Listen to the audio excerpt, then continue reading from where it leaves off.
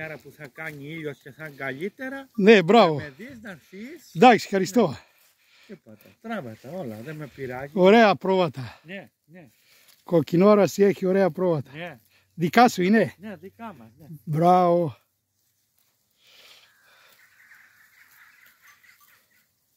Καλύτερα πρόβατα στη Σπάρτη. Ναι.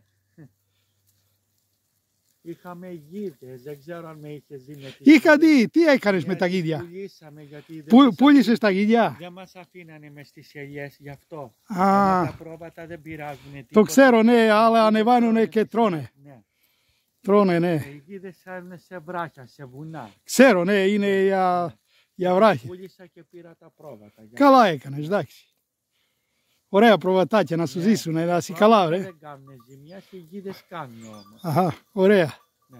Πρόβατα, όσο θέλεις, δεν με πειράζει εμένα. Όχι, δεν θέλει πολύ, λίγα λεπτά για το, αν είναι μεγάλο το βίντεο δεν το κοιτάζουν, Ναι.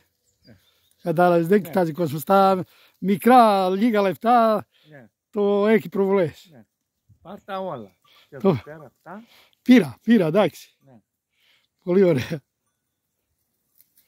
Τώρα θα το δει ο κόσμος. Ναι, τα ανεβάσω στο ίντερνετ.